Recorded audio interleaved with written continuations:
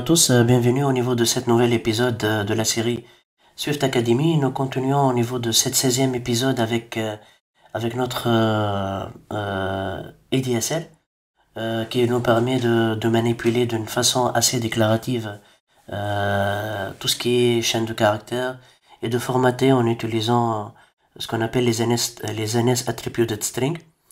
On va essayer maintenant d'appliquer des attributed key, des NS Attributed String Key, genre font, couleur de font, background, foreground, etc.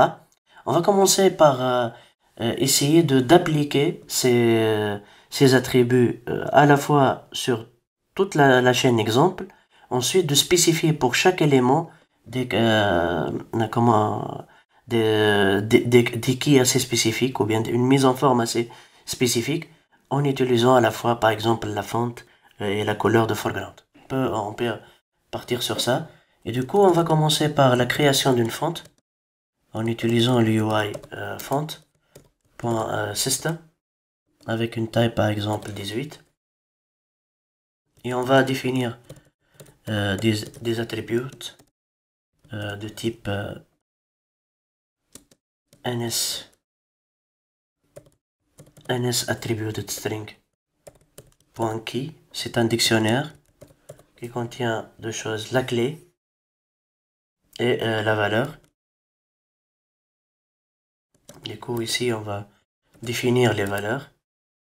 Les valeurs, par exemple, ça peut être la fonte, foreground, le kern. On va essayer de voir toutes ces valeurs possibles. Sont plusieurs, les attachments, l'image URL, on peut... Vraiment, c'est très intéressant.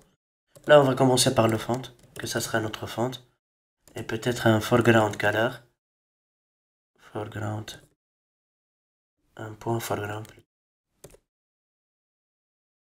On peut partir sur un blue. Un hue color. Point blue. Un exemple. Bien sûr, jusqu'à maintenant, on peut pas définir ici ces attributs.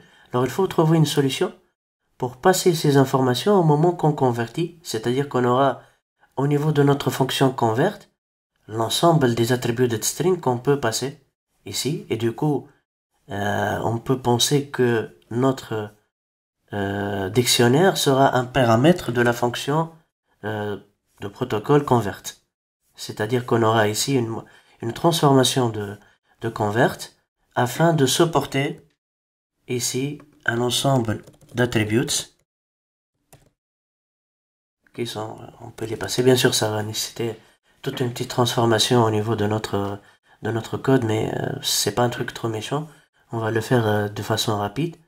Mais on peut envisager ici qu'on va passer les attributs de cette manière, c'est-à-dire qu'on veut appliquer les attributs. On va commencer le refacto petit à petit. Commençons tout d'abord par les strings. Ici, on va ajouter les attributs comme ça. Et on va essayer de voir comment on peut appliquer. On peut créer un NSAttributed string en utilisant des attributed string de cette manière, parce qu'il nous donne cette possibilité, je pense, d'ajouter ce qu'on appelle des attributs comme ça. C'est-à-dire que on va appliquer pour la chaîne de caractères les attributs qu'on passe en paramètre. Là, on peut faire de cette manière. Pour tout ce qui est NSAttributed string tel qu'il est, comme étant valeur, c'est juste qu'on va changer la signature. On va mettre juste la signature de la fonction, mais rien ne va changer en termes de code, parce qu'on applique l'NSAttributed string tel qu'il est au niveau de la valeur. Mais bien sûr, là, c'est par rapport à cette NSAttributed string. Reste maintenant comment je peux passer cette mise en forme pour chaque composant. Ok, maintenant, on est d'accord que cette mise en forme, elle va être appliquée d'une manière pareille pour chaque composant. On n'a pas de spécifique jusqu'à maintenant pour le gérer. Alors, il faut trouver une solution pour passer pour chaque composant la même mise en forme. On dirait qu'il faut itérer sur l'ensemble. Il faut appliquer un petit peu le dictionnaire sur chaque élément. C'est pour cela il y a plusieurs idées pour le faire. On peut partir sur une idée de créer un petit builder qui nous permet de passer une closure, un callback.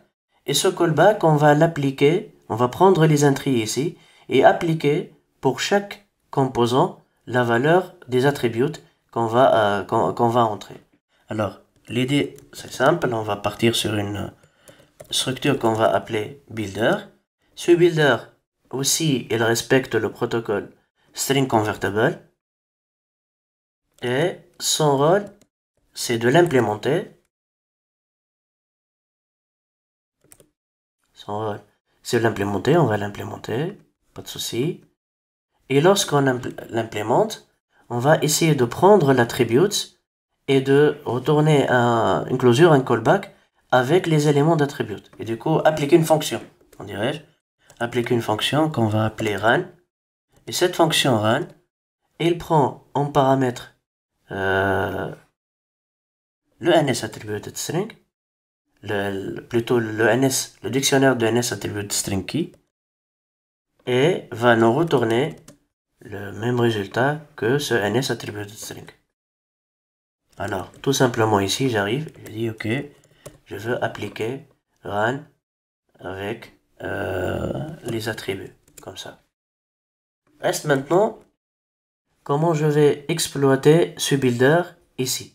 Tout simplement, on arrive, on va, ça c'est un petit peu truc intéressant avec les closures, les builders, c'est de fait on peut les appliquer directement sans obliger de faire un builder.run.